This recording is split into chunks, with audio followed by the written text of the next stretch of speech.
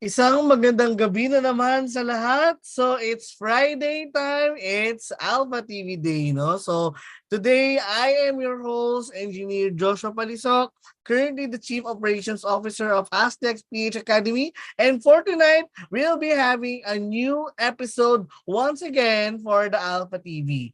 And our guest speaker for tonight is no other than our very own Coach Rai Cruz. And he will discuss about leadership. So napakagandang topic for tonight, no? So first of all, ayan, let's acknowledge first our partner. So ayan, our partner IXL Online CIE Review, Grace Apparel PH Startup Podcast, Tuos, the very first Filipino cloud-based analytics platform. Register now to claim your free 90 days trial. Ininiero.org. And our keynote speaker for tonight is Coach Rai, a certified life coach by the Academy of Modern Applied Psychology, a senior consultant in Ask Speech Academy to discuss about the leadership challenge for 2023 and beyond. So Coach Rai, magandang gabi po.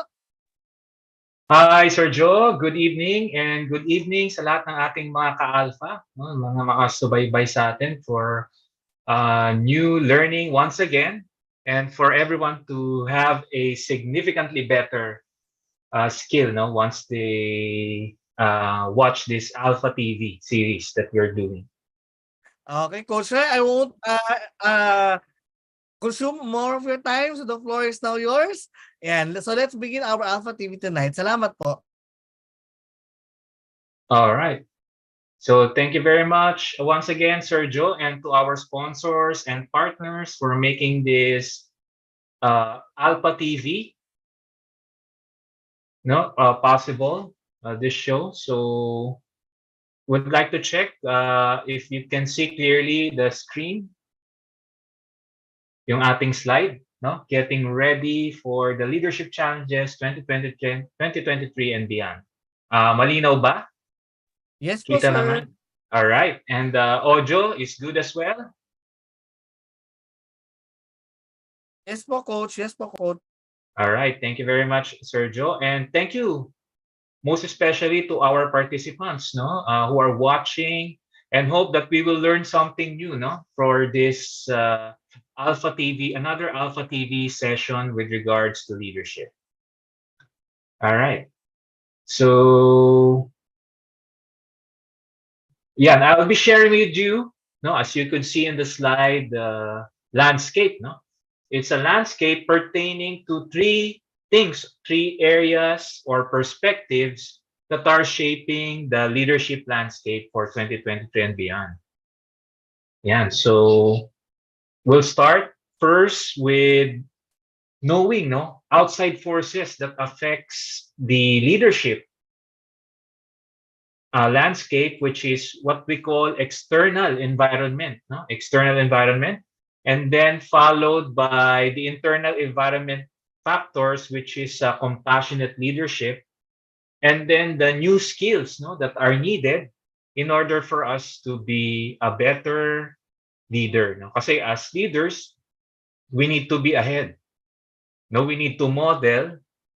So mahirap, no? It's difficult to be a leader because you need to be ahead of things. You need to see things on a different perspective. And your job as a leader is more of being future oriented. No? So looking at what are the things that are happening that would affect no, the organization, the markets, so that we could plan as much as possible and we could prepare ourselves on how to handle different things that will happen along our way. Of course, we're starting with the external environment. So these are factors that we cannot control.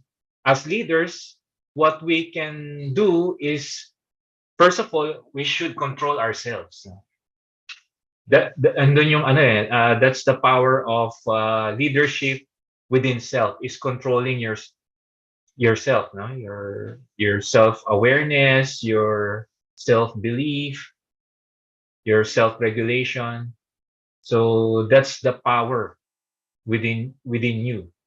And then, of course, if you can control yourself, so it's better as well to not to control others, but rather influence. So yun yung essence ng leadership is for you to influence people. All right, so let's start with the external environment. And the external environment has changed drastically given this 2020 uh, pandemic. No, not only that, but previously, we call the landscape external environment or forces is VUCA, no? VUCA, yung volatility, um, uncertain, ambiguity, and yung volatile, and ambiguity, uncertainty. So dati yun yung tawag. But now, it's different. With the help of the Institute of Future, would you know dun sa, did you know, no? Trivia, in the US, they have this organization called Institute for Future. So, ang ginagawa ng mga tao dito, no?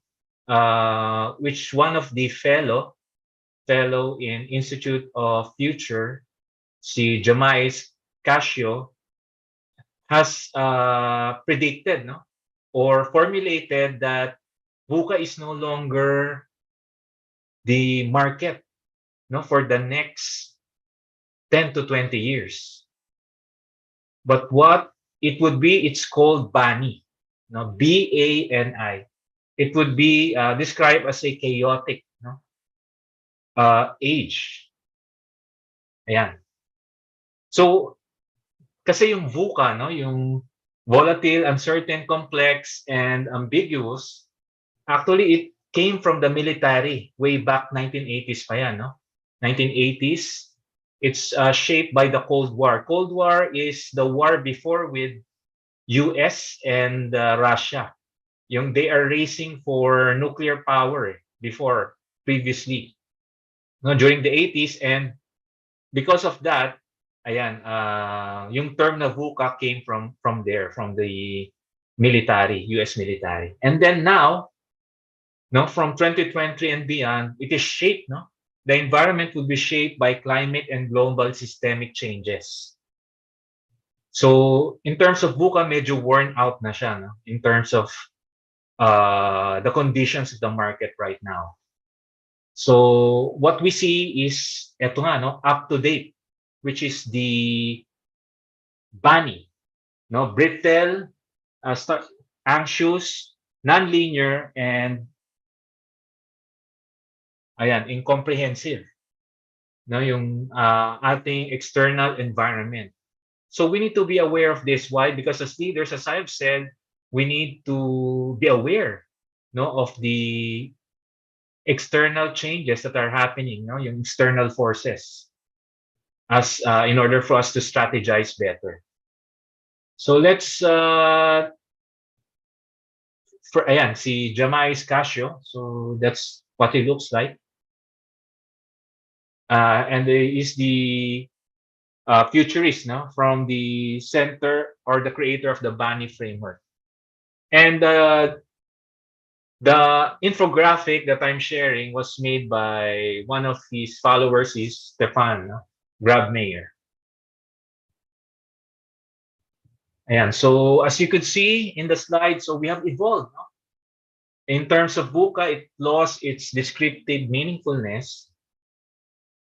It's not anymore relevant as of now because we are in the age of new perspectives, and our it's more BANI, no, is considered as more accurate in terms of describing yung current situation that we are in, emotional states, and causal connections.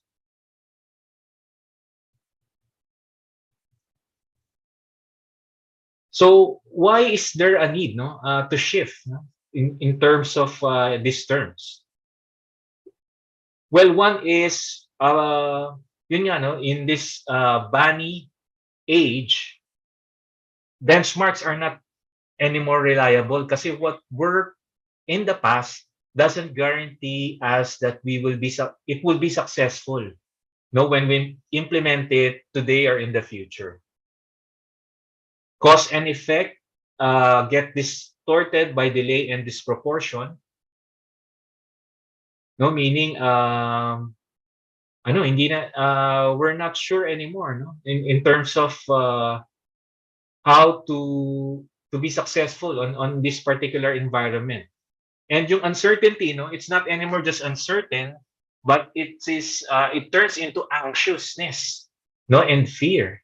Kasi sa sobrang dami ng changes that are happening, machine learning, artificial intelligence, data analytics, so much things that are happening, no, so much changes that it creates no fear na, or the uncertainty turns into anxiousness.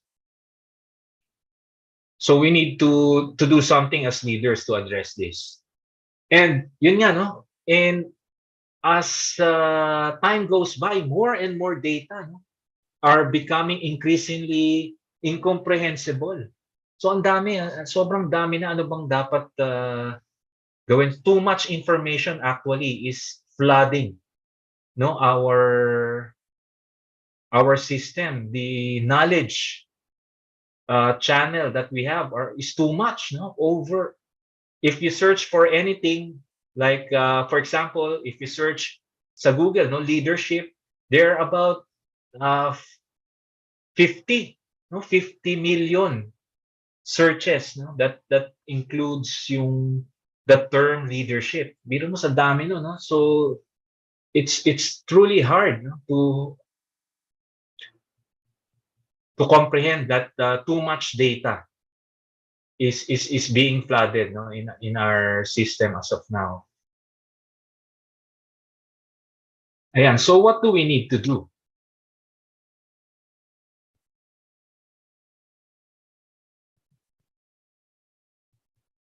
So yeah, we capitalize on this BANI, BANI, because it allows us for more accurate account of what the current circumstances is. It's chaotic. It will pave the way for us our approach on how do we approach and make the world more comprehensible again. And it will create opportunities for us to meet these challenges appropriately. So that's why we need to shift, no, from BUCA to BANI. And may mga counter din, no? Of course, we've discussed BANI, no, brittleness in terms of yun nga, hindi na siya volatile but brittle, meaning if it's brittle, so it's very delicate.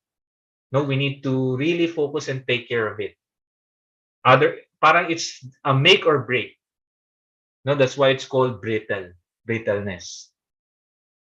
And anxiety, no, from uncertainty, it already becomes an anxiety. So if you have ever heard the term anxiety attack, no, may mga ganyan minsan, no, that affects, no, yung kanilang mental condition. Like for example, meron akong kakilala, no, na nurse, which she has an anxiety attack. So in one of my participants yun sa Katatagan Online. So it's like we're increasing on how for her to be resilient in order to avoid those types of anxiety attack through micro habits, no, that will create joy and peace to her life. Yeah. Non-linearity means no, hindi na yung meaning not straight line, non-linear, no, and salasalungat, no, hindi lang complexity, but more than complexity, it's non-linearity. So that's the meaning of it. Hindi na basta siya complex, but more than complex. And then lastly is incomprehensible, is that ayun, no, we're having a hard time to comprehend, no, all the information, all the data, all things that are coming in. So how do we process and resolve it, no? Or to counter this bunny environment? So first, for the brittleness, what we need is yung capacity building, no? Capacity building for us to have more of those problem solving and critical thinking skills, no, which is the skills for the future. For anxiety, no, there is what we call the term compassionate leadership, wherein more than empathy and mindfulness, we need this to be compassionate, no, to not only to ourselves but as well more so as leaders to others. In terms of nonlinearity, so we need to identify the context and be adaptive of what context do we really want to. So being authentic, no, with ourselves and to others. Same with the incomprehensibility. So transparency, no, is very important, and intuition in order for us to move forward given this new environment which is called BAN. Ayan, so in the two tools, no, that I would share with you in order to counter this chaotic environment that we will be in. First is to have a compassionate leadership. So what is compassionate leadership? Compassionate leadership is more than empathy, no? It's more than putting your shoes, or rather your self on the shoes of the other person. But it's more of really looking into what can you do, no, to help and add value to that person. So a good example is if you are a leader, no, or a team leader, what you could do is you not only look for the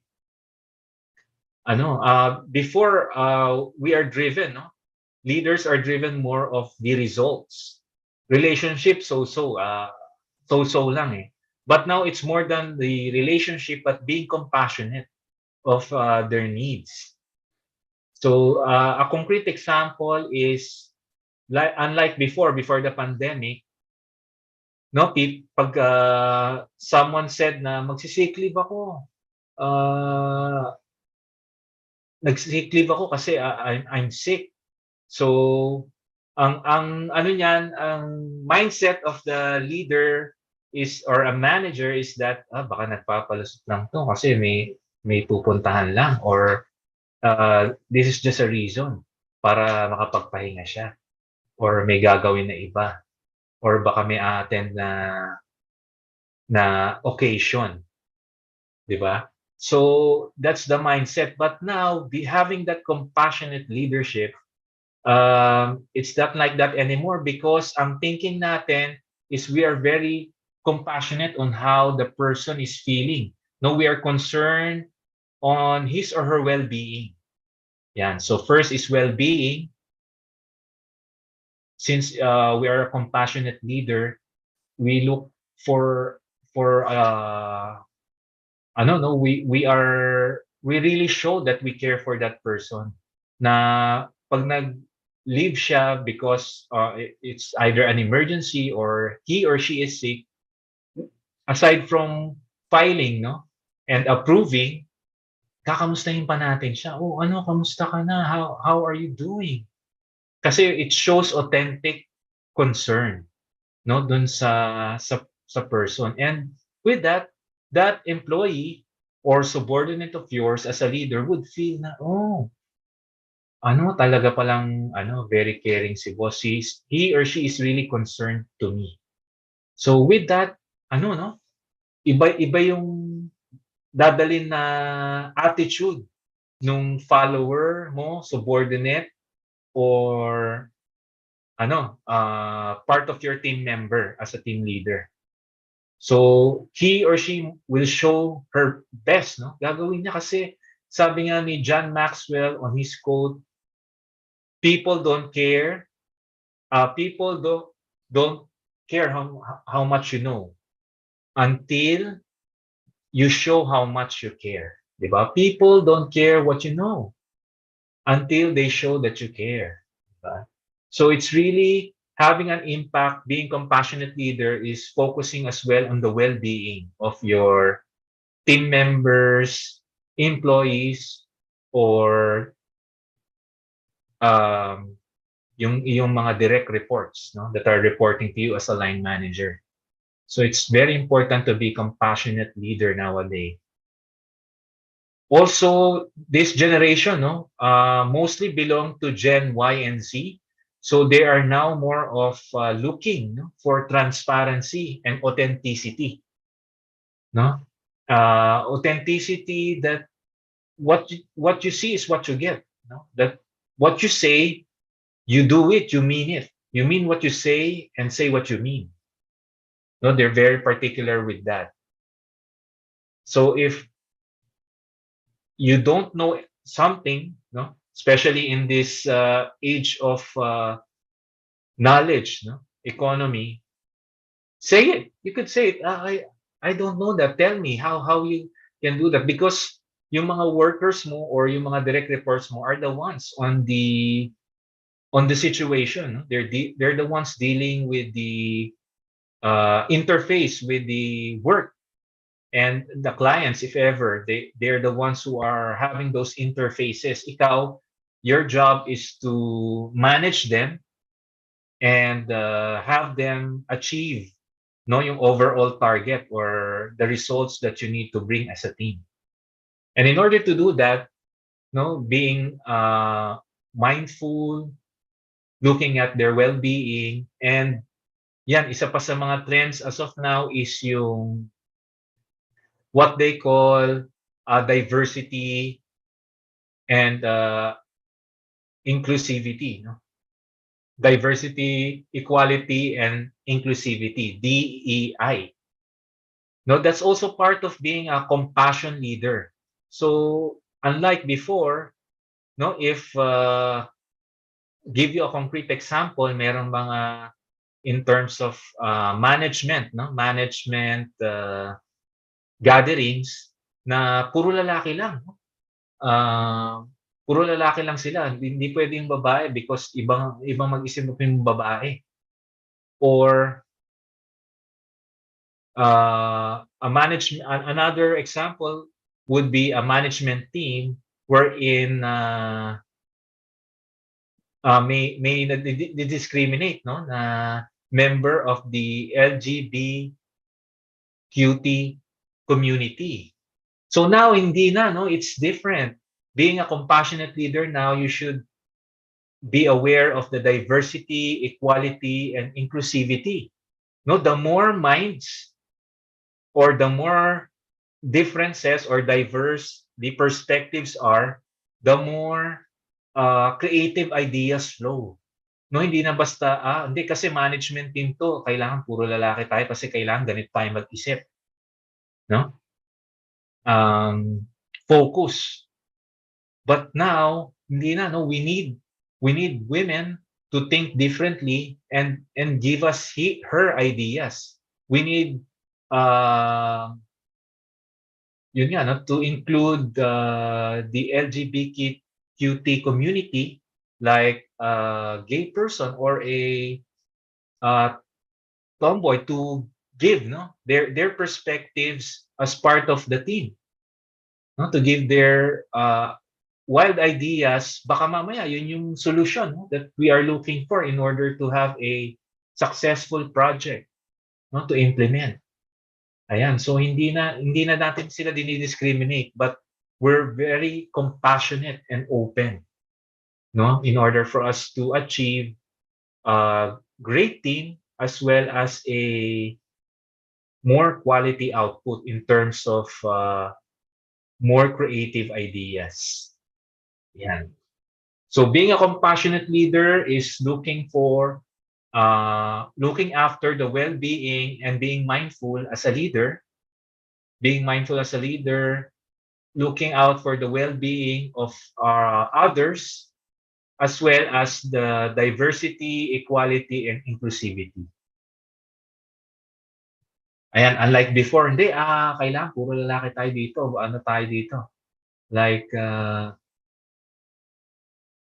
kailangan ganito lahat tayo dapat mag-isip. But now it's different, no? The dynamics are different. We should include other ideas from different people.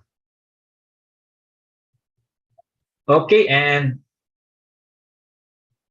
last but not the least is the future skills that are needed. No? So we started with the first perspective, which is the external environment, sharing with you that we are already in a BANI, BANI, age, no? Hindi na VUCA. So BANI is brittleness, anxiety, nonlinearity, and incomprehensible age. So second is that we need compassionate leadership moving forward on this certain age in order to counter as you could see on the last slide here, if you are a compassionate leader, yung BANI ma-address mo yan because when you have this compassionate leadership, you're looking for capacity and resiliency, empathy and mindfulness, yung context and adaptivity. So you can work on that as a team if you're a compassionate leader. And yun nga, you're also transparent and you have a more crystal clear intuition or concrete creative ideas because of you're also including diversity, equality, and inclusivity. So people would likely be more happy to contribute and be part of your team. And the next thing that we need to also know as leaders are the skills for the next 5 years or so. What are the needed skills? So we've researched this through the source would be World Economic Forum, and they have identified that in 2025, all employees will need reskilling by 2025, 50%. So for example, if you have 1,000 employees in your organization, so 50% of that would need to reskill because by the year 2025, there might be new jobs that needs to be occupied. And what are those critical skills that we need in order to adapt with that kind of situation? So according to the World Economic Forum, these are the top 10 skills of 2025 that are needed. So I think most of these are already you're familiar with. So to categorize them, the blue ones are called the problem-solving skills. Ayan, problem-solving that involves analytical thinking and innovation, complex problem-solving, critical thinking and analysis, creativity, originality, and initiative, and reasoning, problem-solving, and ideation. While self-management comes with the active learning strategies, yung continuous learning. So I'm happy and glad that you are fostering continuous learning by attending this session in Alpha TV. And then working with people, kung kita mo, isa lang yun halos, leadership and social influence. And yung technology use and development. So which are more of the hard skills. So kung mapapansin mo, on the types of skills, soft skills ang number one because it controls 3 out of 4 problems. Would you know that problem solving skills, anong hula nyo, is it a hard or soft skill? Problem solving, it's a soft skill. Problem solving is a soft skill. Self-management as well, which involves yun nga, yung learning and resilience and working with people also is a soft skill. So ang hard skill lang dito is yung being aware, no, being updated on the technological use of certain softwares, no, in terms of design and programming, in terms of monitoring and control. Yan yung mga automation ng system. And to show you, yan yung concrete, no, difference between a hard skill and a soft skills. Ayan. So ito yung mga soft skills. These are skills that mostly pertains dun sa personal habits, traits that shape you how you work. And normally you learn this on your own, no? Ito yung mga habits that are instilled, that you have, or the skills that you have gained through yourself. Ayan yung mga emotional intelligence, critical thinking, willingness to learn, empathy. Hard skills, yan yung mga technical knowledge or training that you gain through any life experience or including yung mga career and education. So, source is Indeed. Ayan, yung hard skill versus soft skills para for us to better understand what are the difference between the two. So they're a part of your personality, no, as a person. Ito yung nasa loob no. While yung concrete professional skills, yan yung mga hard skills. And usually hard skills is easier, no, to teach. Kasi yung mga natututunan natin once na like this, if we've attended, we know, no? We know. But yung soft skills are more of practice, no? The things that we get when we practice it.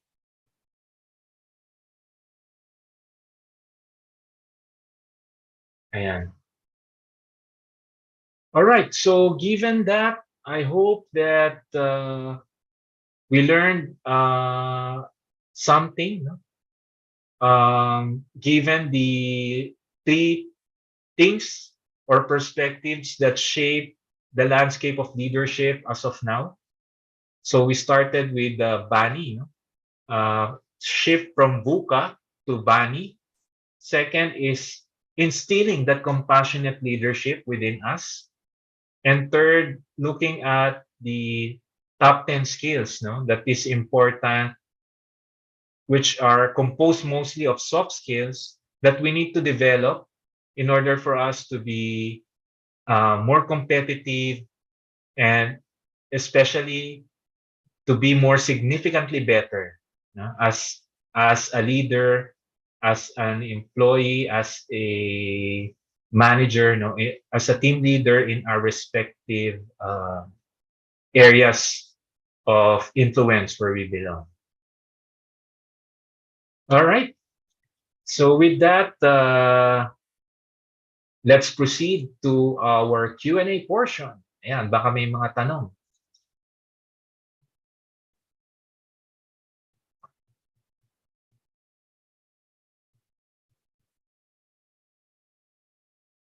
Yes, if you have any question, just feel free to send sa ating chat.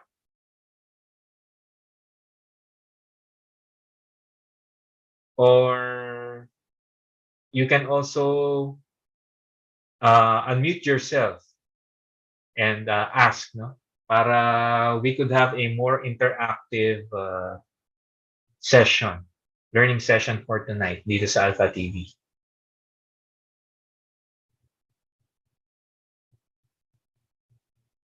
Wala po bang mga tanong? Questions so that we could further check, no, and know that you learned something or you want to clarify or reinforce something.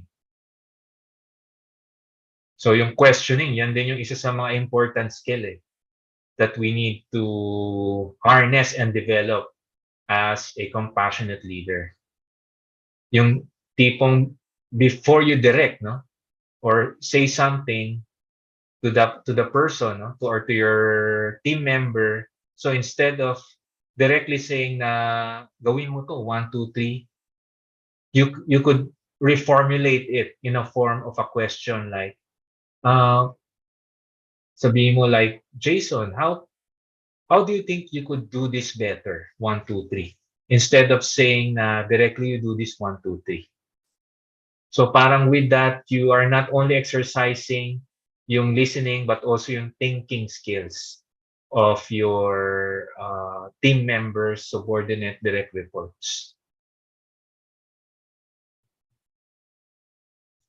All right. So may mga questions po ba? Feel free. Yun. Question from the chat. How can we influence the top management on these changes on the future leadership? Yan. So thank you very much, Mark, for that question. So it's really critical also, no, na yung ating top management, which mostly are the ones practicing yung traditional leadership, no? In order to influence them, we start, no, with ourselves. Now we start with ourselves, and if they see, no, na we are making significant changes, no, with the things that we learn on leadership, then that's the time, no, na makikita nila maganda yung performance mo, maganda yung handling mo sa team, maganda yung result that you are bringing, and you get promoted. So that's the time that they could you are already credible, no, that they would listen to you. Ano bang ginagawa nito ni, for example, ano bang ginagawa nito ni Mark? Because he is very good in handling his people, he is meeting his targets, and he even, no, goes the extra mile. So yung kasi in order to, kailangan may mapatunayan muna tayo that these things are effective. And this will only be seen if we're practicing and doing it. Ayan. So if we implement, practice this, and do it, no? It's kumbaga makikita nila sa'yo. No? You could model it, and they could follow you, no? Or they could hear you, no? They could kumbaga magkakaroon sila ng kumpiyansa, no, in terms of listening to what you gonna say because you proved something. So that's one way. The other way is simply to have open forum, like during open forums or calibration meetings or town hall. Kung may mga town hall meetings kayo, you could like present, no, this future leadership changes if you have the opportunity, no, to share it with them, and hopefully they would listen.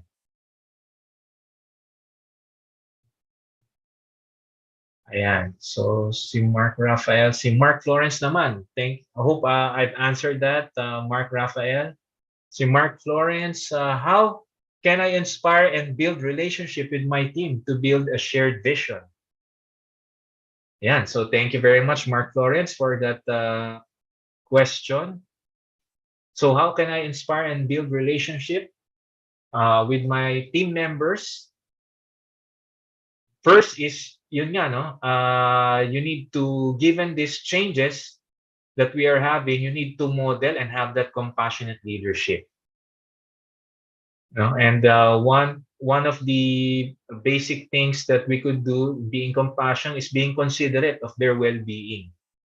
So like for example, if may nag-leave because nagkasakit, of course hindi naman yung sunod-sunod or yung inaabuso, no.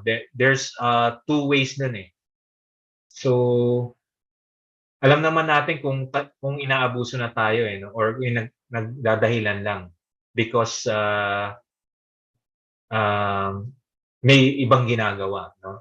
But alam naman din natin that if that person is really nagkasakit, nag-leave, so yun, we could be a compassionate leader by kakamustahin natin, no? Kasi normally pag nag-leave, hindi as a team leader, hindi na natin sige, basta na-approve ko na yung leave niyan, okay na, no? So first is yun nga, no, let's not be judgmental na nag-leave yan because may pupuntahan lang yan or may gagawin na iba. So yun. So let's remove that on our mindset. By being a compassionate leader, we need to be mindful as well as we need to be concerned dun sa well-being. So kung talaga namang may sakit, yun, kakamustahin natin how he or she is doing as a team member. So yung next question mo, to build a relationship, that is one. Second is to build a shared vision is, of course, yun yung pinakauna, no? As a leader, you need to set the vision. So for example, if your vision is to accomplish X number of revenue ba yan? Or are we talking about productivity? So whatever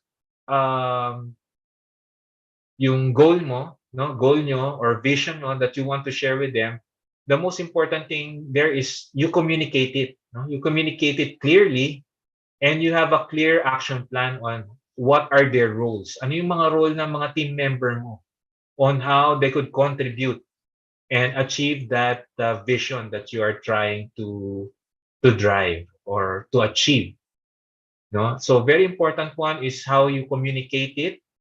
So dapat yan regularly kino-communicate mo and you reinforce it. Second is reinforcing it through positive reinforcement. Like pag meron silang, halimbawa, na-achieve na nila yung 50% of their target of achieving the vision, so dapat meron tayong konting reward and recognition for the efforts to your team members.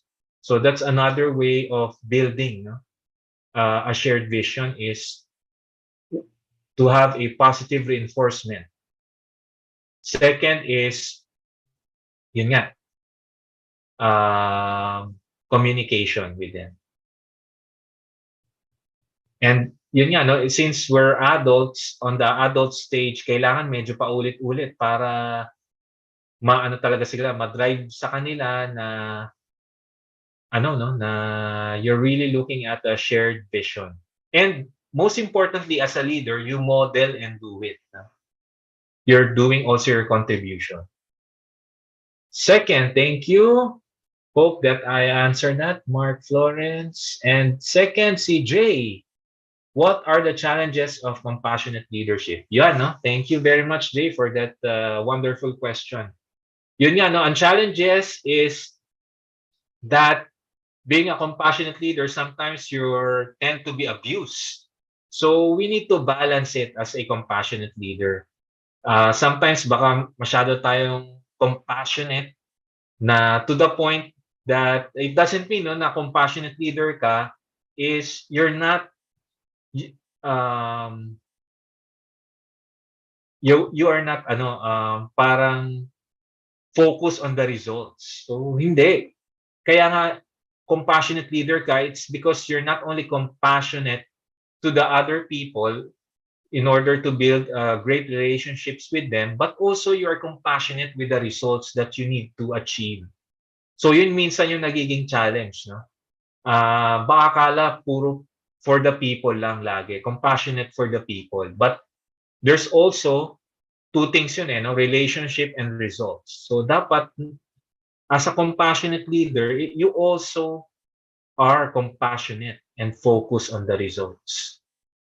So parang a tale of two teams. Ang saya-saya ng team dito,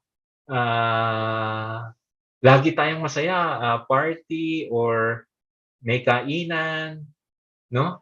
But walang quality outputs. So hindi maganda yung team na yun. Meron din naman doon sa kabilang team na puro outputs naman, no? Puro results. So ang problema naman doon, burnout, walang relationship. So kailangan balance eh. Relationship and results is always balance in order to be a compassionate leader. So I hope I've answered that, Jay. Next, as a leader, kay Fatima, does compassion come with limits and how do we set boundaries to it? And how do we ensure as a leader that our compassion is effective and influential in a good way? Ayan, so thanks Fatima for that question. Yun nga, no? As I've said with how somehow similar with Jay, yun nga yung challenges na medyo sometimes, no? Um, yung how do we set boundaries, yan. So, two things yun, no? In terms of being a compassionate leader, first is, ano, no? We're really concerned for the person. Kaya lang, if that person is not reciprocating, no, to a relationship, it's not reciprocating or not doing his or her accountabilities, responsibilities to achieve the results or do the job that he or she is assigned to. So, ano yun, as a compassionate leader, we employ developmental interventions such as training, coaching, mentoring. Ayan. So, halimbawa, nagawa na natin lahat yun. No? But still, this person is not cooperating. So, doon na tayo sa second intervention, which is discipline, no? Progressive discipline. So yun, may mga limits, of course. We set boundaries as leaders, we set the boundaries. And alam naman natin, no, as leaders, we are the one who knows the situation kung yung maabuso na ba tong team member na to o hindi. So pag umaabuso na, that's the time that we instill progressive discipline. And no hard feelings kasi as a leader, we're concerned, we're compassionate to them that we want them to improve and we want these employees to excel. But if they don't want to, no, so compassionate pa rin tayo in terms of ito yung maibibigay natin sa kanila. But if they don't do it or follow it, then that's the time na halimbawa na submit na sa progressive discipline, hindi pa rin nag-improve. So that's the time to say goodbye, di ba? Na you're not aligned with what the team, with the team. Ayan, so we set the boundaries. We're the one who will set that boundaries kasi tayo nakakaalam ng situation as leaders. So it's either developmental interventions, we did our best. We're compassionate that they would become better, but they themselves don't want to. So discipline. But pag discipline, wala pa rin. So ano na yon, yung directing na wherein either she shape in or shape out. Ayun, I hope I answered that, Fatima. So, may mga questions pa po ba? Thank you very much for those questions and hopefully I've shared insightful answers dun sa mga questions or katanungan. Yes, Sir Joe. And actually, sir, wala, gusto ko lang kita i-assist sa mga questions. So, keep the questions going. So, we have allotted extra time pa hanggang ayan, until we have 5 minutes for your questions. Yes, may certificate po dito. So, question is, magkakaroon po ba ng e-certificate for this participation? Yes, as always, magkakaroon po tayo ng e-certificate. So, to be sent within the week. Ayan. Actually, coach, sobrang ganda ng topic kasi very challenging yan ngayon, no? Lalo-lalo na very sensitive ang mga tao, no? Kung saan kung saan masabihan mo ng konti, oh my God, you tatampo na agad. No?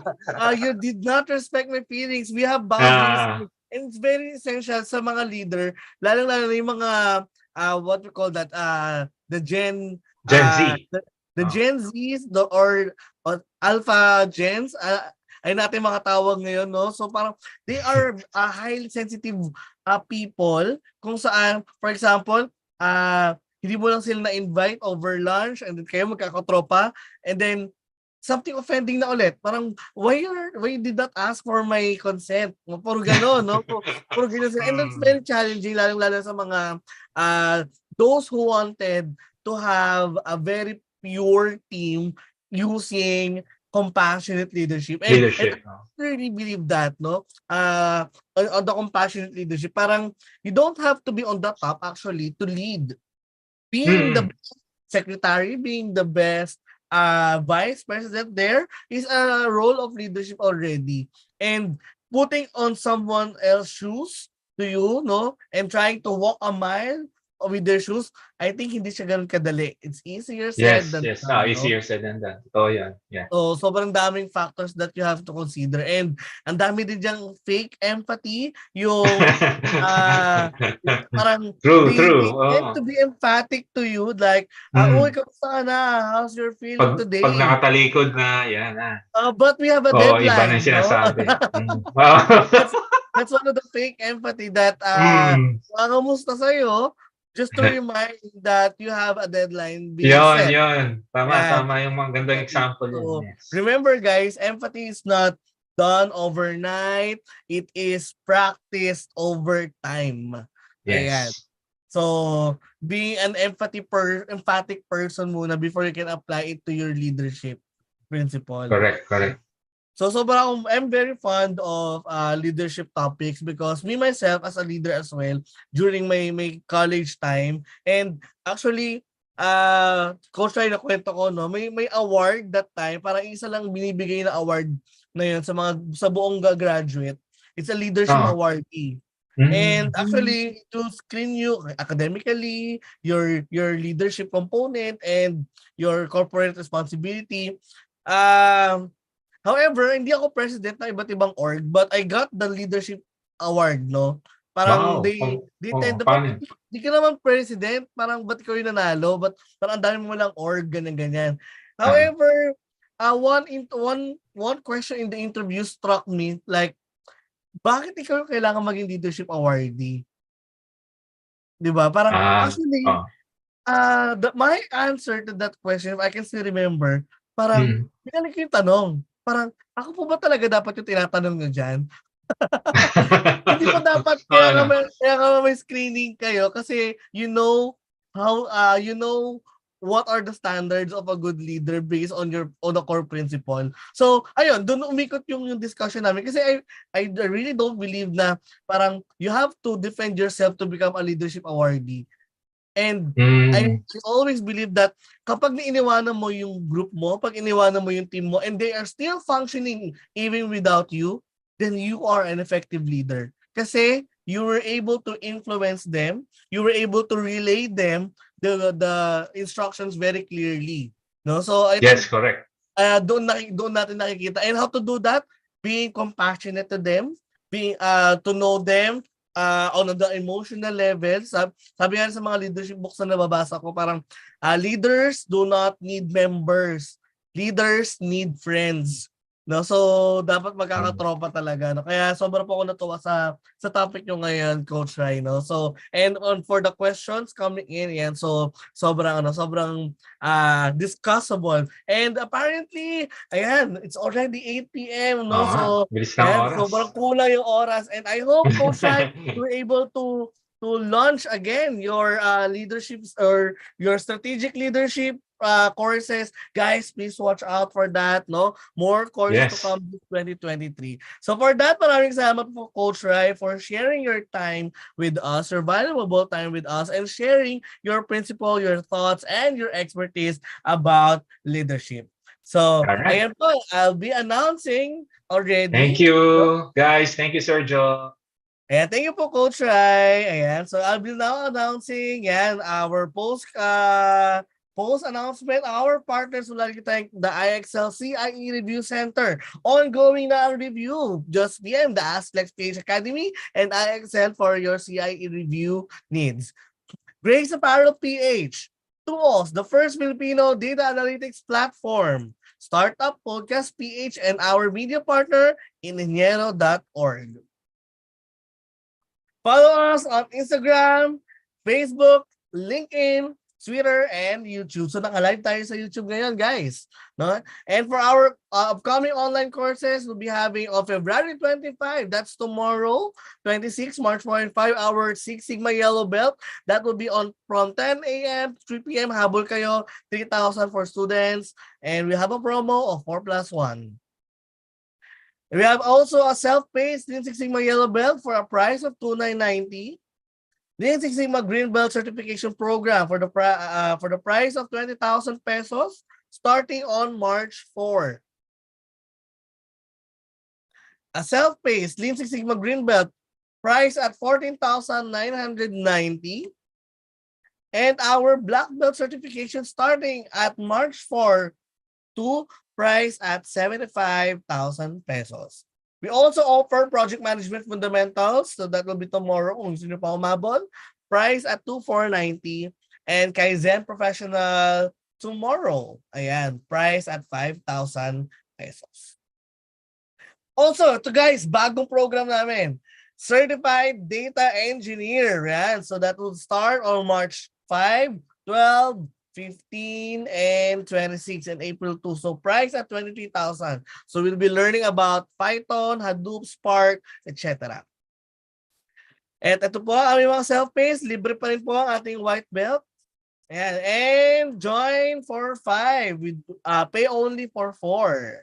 And would like to thank our Alpha partners, Alpha ambassadors, and for more courses, free courses, please visit us at asnexph.com/courses. So, sa mga gusto pong alumni natin, so please check our QR code. Please join the alumni network. Makipag-network tayo, guys. And ito na po ang ating certificate. Ayan. So, ay, nawala. Ito na po ang ating certificate. So, for those who are watching, ayan. So please click the link below and fill out the name properly because kung ano yung fill out natin dyan, ayan yung magre-reflect sa certificates natin. Okay. Ayan po. So fill out the attendance form and ayan, no? Magka-close to within 30 minutes.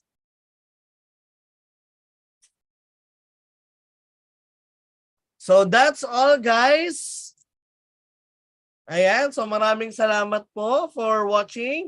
Till next week, Alpha TV, Wednesday, kapihan tayo. See you guys again. Once again, be significantly better always. Maraming salamat po. See you around. Bye!